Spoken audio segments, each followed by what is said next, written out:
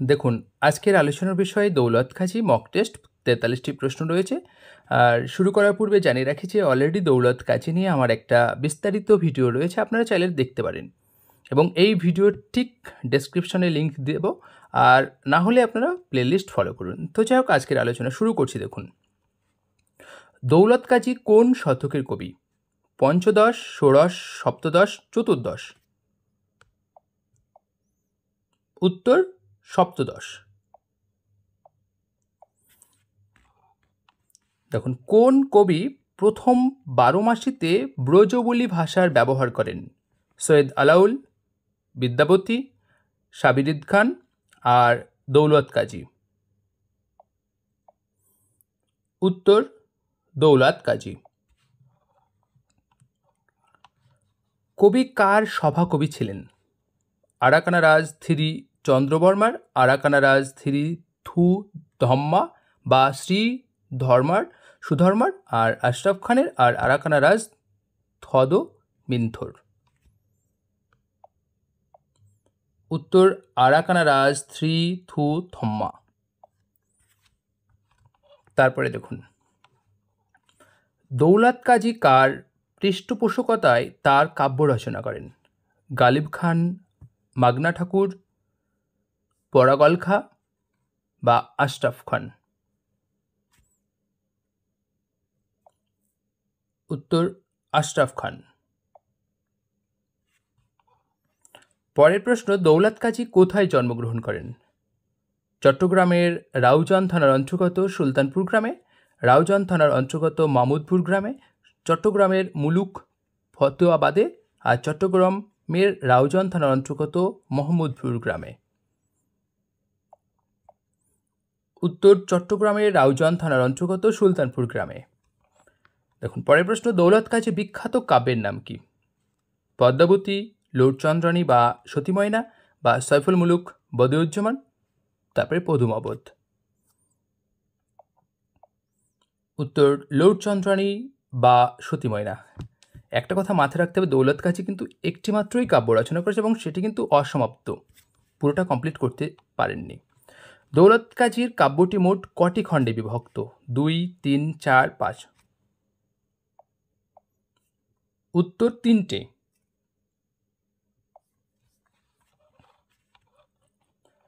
পরের প্রশ্ন, দৌলত কাজী লোটচন্দ্রানী বা সতী ময়না কাব্যটি আনুমানিক কত খ্রিস্টাব্দের মধ্যে রচিত? আনুমানিক 1625 থেকে 1638 খ্রিস্টাব্দের মধ্যে, আনুমানিক 1629 থেকে 1648 খ্রিস্টাব্দের মধ্যে, আনুমানিক 1631 থেকে 1638, আর আনুমানিক 1621 থেকে 1638? উত্তর 1621 থেকে 1638। দেখুন, দৌলত কাজীর অসমাপ্ত গ্রন্থ লোটচন্দ্রানী বা সতী ময়না কাব্যটি সৈয়দ আলাউল দৌলত কাজীর মৃত্যুর কত বছর পরে শেষ করেন? 21, 22, 23, 11? উত্তর 21 বছর। দেখুন, নিম্নলিখিত কোন চরিত্রটি লোটচন্দ্রানী কাব্যের প্রধান চরিত্র নয়? লোটচন্দ্রানী সতী ময়না বা ময়নাবতী বা মালিনী? উত্তর মালিনী। পরে ইম্পর্টেন্ট একটা প্রশ্ন, লোটচন্দ্রানী কাব্যটি কোন শ্রেণীর? নাটগীতি, রোমান্টিক আখ্যানধর্মী, বিষাদধর্মী রচনা, না কোনোটাই নয়? উত্তর রোমান্টিক আখ্যানধর্মী। দেখুন, দৌলত কাজী কার কোন কাব্য অবলম্বনে লোটচন্দ্রানী বা সতী ময়না কাব্যটি রচনা করেন? হিন্দি কবি মিয়া সাধনের মৈনাকসাত, নাকি মুল্লা দাউদ রচিত চন্দায়ন, ক ও খ দুটোই, নাকি কোনোটি নয়? উত্তর ক ও খ দুটি, অর্থাৎ হিন্দি কবি মিয়া সাধনের মৈনাকসাত থেকে এবং মুল্লা দাউদ রচিত চন্দায়ন দুটো কাব্যেরই তিনি প্রভাবে এই কাব্যটি রচনা করছেন। দেখুন, দৌলত কাজী কাব্যটির কতটুকু শেষ করেছিলেন, অর্থাৎ লোটচন্দ্রানী বা সতী ময়না কাব্যের কতটা? 3 ভাগের 1 ভাগ, 3 ভাগের 2 ভাগ, 2 ভাগের 1 ভাগ, নাকি 4 ভাগের 2 ভাগ? উত্তর 3 ভাগের 2 ভাগ। পরের প্রশ্ন, দৌলত কাজী কোন রাজসভার কবি ছিলেন? আরাকানের রোজাং রাজসভার, নাকি আরাকানের রোসাং রাজসভার, নাকি সুলতানপুরের আরাং রাজসভার, নাকি কোনোটি নয়? উত্তর আরাকানের রোসাং রাজসভার। এখানে মাথায় রাখবেন বানানটা কিন্তু আমি ভুল দিয়েছি, যাতে আপনারা কখনো কখনো গুলিয়ে না ফেলতে পারেন, মানে গুলিয়ে ফেলার সম্ভাবনা থাকে। দৌলত কাজী মোট কত মাস পর্যন্ত 12 মাসই রচনা করেছিলেন? 11 মাস আষাঢ় থেকে বৈশাখ পর্যন্ত, 10 মাস শ্রাবণ থেকে বৈশাখ, 12 মাস শ্রাবণ থেকে আষাঢ়, 9 মাস ভাদ্র থেকে বৈশাখ। উত্তর 11 মাস। দেখুন, মধ্যযুগের বাংলা সাহিত্যে কে প্রথম ধর্মকে বাদ দিয়ে মাটির মানুষের কথাকে নিজের রচনার মধ্যে স্থান দিয়েছিলেন?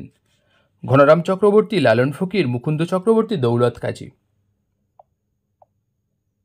উত্তর দৌলত কাজী, কারণ তিনি একমাত্র কবি যিনি প্রথম কোনো ধর্মীয় যে গণ্ডি সেখান থেকে বেরিয়ে এসে রক্ত মাংসের গড়া মানুষের কাহিনী কিন্তু তিনি লিপিবদ্ধ করলেন। দেখুন, লোড চন্দ্রানী কাব্যটির পুঁথিকে আবিষ্কার করেন? বসন্ত রঞ্জন রায় বিদ্যাবল্লভ, শশীভূষণ দাশগুপ্ত, আব্দুল করিম সাহিত্য বিশারদ আর মোহাম্মদ শহীদুল্লাহ। উত্তর আব্দুল করিম সাহিত্য বিশারদ। পরের প্রশ্ন, দৌলত কাজীর কাব্যটিকে কে প্রথম সম্পাদনা করে কে প্রকাশ করেন?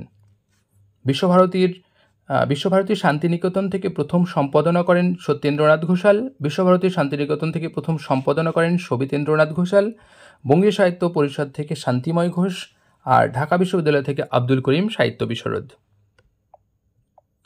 উত্তর বিশ্বভারতী শান্তিনিকেতন থেকে প্রথম সম্পাদনা করছেন সত্যেন্দ্রনাথ ঘোষাল। কিন্তু লোড চন্দ্রানী কাব্যটি কোন শতকের কাব্য? ষোড়শ শতক, সপ্তদশ শতক, অষ্টাদশ শতক, চতুর্দশ শতক। আব্দুল করিম সাহিত্য বিশারদ তার সংগৃহীত পুঁথি কোথায় দান করেছিলেন? বঙ্গীয় সাহিত্য পরিষদে, ঢাকা বিশ্ববিদ্যালয়, এশিয়াটিক সোসাইটিতে, আর চট্টগ্রাম বিশ্ববিদ্যালয়ে। উত্তর ঢাকা বিশ্ববিদ্যালয়ে। দৌলত কাজী কোন সুফি সম্প্রদায়ের লোক ছিলেন? চিশতি, সুরাবর্দী, কাদেরি, ফিরদৌসী। উত্তর চিশতি। আরাকান রাজসভার প্রথম বাঙালি কবি দৌলত কাজী কার রাজত্বকালে কাব্যটি রচনা করেন? আরাকান রাজ চন্দ্রবর্মা, আরাকান রাজ থিরিধু ধর্মা, আর আরাকানা রাজ থিরিথু ধম্মা, আর আরাকানা রাজ থদমিন্দু।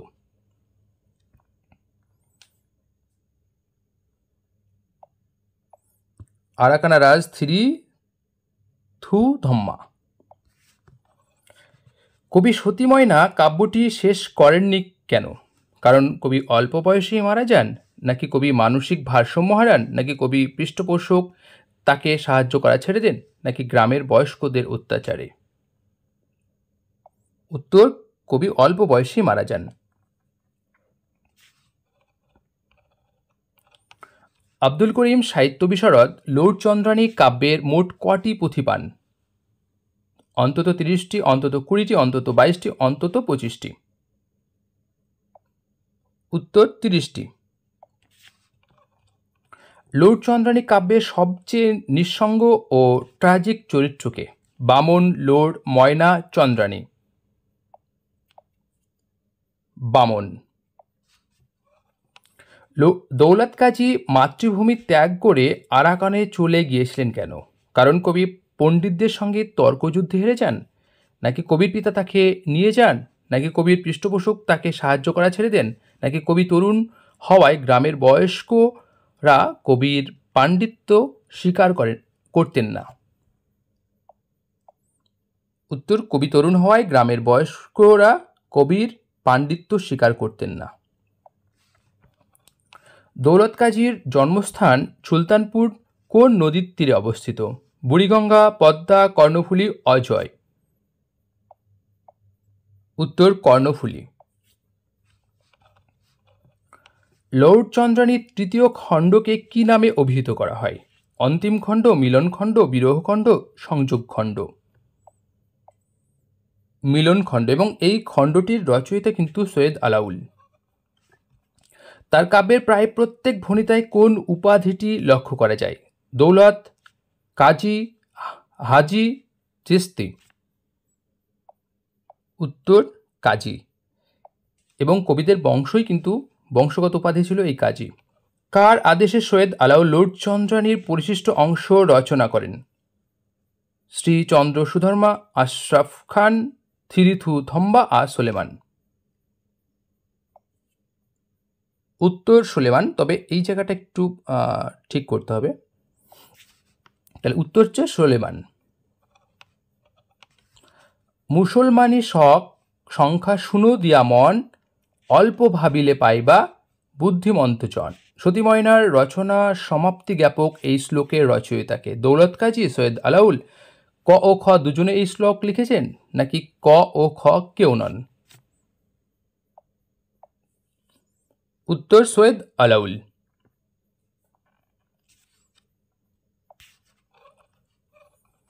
দৌলত কাজী তার কাব্যের কটি স্থানে বিদ্যাসুন্দর কাব্যের কথা উল্লেখ করেছেন? 2টি, 3টি, 4টি, 5টি? 2টি স্থানে। দৌলত কাজীর কাব্যের বেশিরভাগ পাণ্ডুলিপি কোথায় পাওয়া গিয়েছে? চট্টগ্রাম, খুলনা, বরিশাল, ঢাকা? উত্তর চট্টগ্রাম। দৌলত কাজীর কাব্যটির কোন নাম পাওয়া যায় না? লর্ড চন্দ্রানী, সৎ ময়না, সতীন ময়না আর চন্দ্রানী? উত্তর সতীন ময়না। অনেকে হয়তো সতী ময়না ভেবে উত্তর করতে পারেন, কিন্তু তার জন্য প্ল্যান করে করা হয়েছে, এটা সতীন ময়না। কবির পৃষ্ঠপোষক রাজ অমাত্য আশরাফ খান কবির কাছে কোন ভাষায় কাব্য শুনতে চেয়েছিলেন? সংস্কৃত, দেশি, হিন্দি আর ব্রজবলি? দেশি ভাষায়। আশরাফ খান কবিকে কোন রচনা লেখার আদেশ দেন? ময়নার পাঁচালী, ময়না লোরের প্রেমাখ্যান আর ময়নার ভারতী আর চন্দ্রানী কাহিনী? উত্তর ময়নার ভারতী। লর্ড চন্দ্রানী কাব্যে কোন চরিত্রের নাম উল্লেখ নেই? যোগী, বুদ্ধিশিখা, মিত্রকণ্ঠ আর হীরামালিনী? উত্তর হীরামালিনী। এবং আপনাদের কাছে প্রশ্ন, এই হীরামালিনী কোন রচনার চরিত্র? উত্তরটি অবশ্যই জানাবেন কমেন্ট করে। কোন সমালোচক ময়নাবতীকে সর্বত্র ময়নামতি বলেছেন? ডক্টর সুকুমার সেন তার বাংলা সাহিত্যের ইতিহাস গ্রন্থে, গোপাল হালদার তার বাংলা সাহিত্যের রূপরেখা গ্রন্থে, দেবনাথ বন্দ্যোপাধ্যায় তার লর্ড চন্দ্রানী গ্রন্থে আর ডক্টর অসিত কুমার বন্দ্যোপাধ্যায় তার বাংলা সাহিত্যের ইতিবৃত্ত গ্রন্থে? উত্তর গোপাল হালদার তার বাংলা সাহিত্যের রূপরেখা গ্রন্থে। নর সে পরম দেব, নর সে ঈশ্বর, মানবতাবাদের জয় ঘোষণা করে এই উক্তি কে করেছিলেন? দৌলত কাজী, সৈয়দ আলাউল, আশরাফ খান আর চণ্ডীদাস? উত্তর দৌলত কাজী। আলাউল কত খ্রিস্টাব্দে সতী ময়না শেষ করেন? 1656 খ্রিস্টাব্দে, 1659 খ্রিস্টাব্দে, 1673 খ্রিস্টাব্দে, 1674 খ্রিস্টাব্দে? উত্তর 1659 খ্রিস্টাব্দে। দৌলত কাজী প্রথম শক্তিশালী বাঙালি মুসলমান কবি? মন্তব্যটি কার? সুকুমার সেন, রবীন্দ্রনাথ ঠাকুর, গোপাল হালদার, মেঘনাথ বন্দ্যোপাধ্যায়? উত্তর গোপাল হালদার। দৌলত কাজী ও লর্ড চন্দ্রানী প্রবন্ধটি কার লেখা?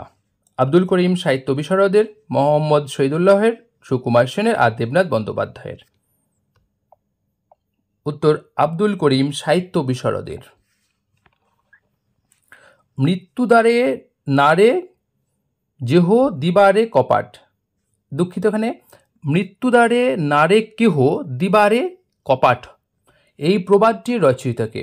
আলাউল, সাবির খান, দৌলত কাজী, আলী রাজা? উত্তর দৌলত কাজী। এখানে কিন্তু কেহ কয়েকার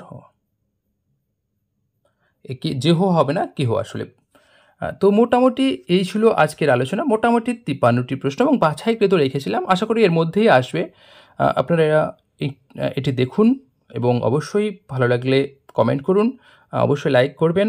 যারা ইউটিউব চ্যানেলে প্রথম, অবশ্যই সাবস্ক্রাইব করে পাশে থাকবেন, এইটুকু আপনাদের কাছে ছোট্ট রিকোয়েস্ট। তো যাই হোক, আজকের আলোচনা এখানে শেষ করছি। ধন্যবাদ।